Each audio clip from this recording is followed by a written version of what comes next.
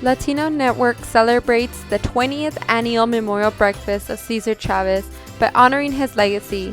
One of the many guests, Jose Medina, State Assemblyman, annually attends the breakfast in honor of his hero. Every year I come to the Latino Network Cesar Chavez celebration because I think it's important that we remember Cesar Chavez and all the work that he did for farm workers and the effect that he had on everyone in the state of California and across the United States. And I think it's very important that we remember his memory and his contributions. You know, growing up, being a young person and being involved in the farm worker movement, I don't think I would have been a state assembly member had it been for the inspiration and the work that I did with Cesar Chavez and the United Farm Workers. So it is very important that especially young people remember that or learn about that. Cesar Chavez inspired many young people to understand their roots. Gabby Plasencia, Ward 5 candidate, encourages the Latin youth to be proudful of their culture by taking action in high schools first. It's important for our kids, my daughter, you as a young individual, to know our history. So with Assemblymember Medina pushing the ethnic studies bill and making a graduation requirement, it's going to help us have these conversations in the schools about ethnicity and where you came from and learning about your history. And I think when you're second, third, fourth generation Latino, you don't get that at home. Maybe you don't have the language anymore. Maybe your parents don't make tamales, all those things that makes our culture rich.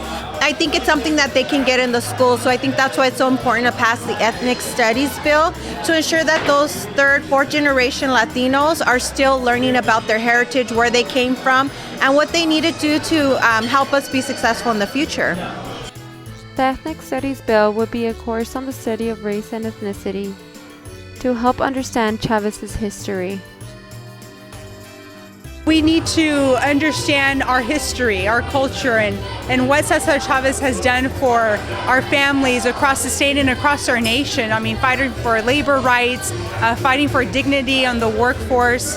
This is something that our families have been a part of. My family, from both sides, my parents' side, were farm workers, and they worked up and down the state. And so this is a movement for all of us to be a part of, and it's so important for millennials to carry on that not just that legacy of Cesar Chavez, but that history.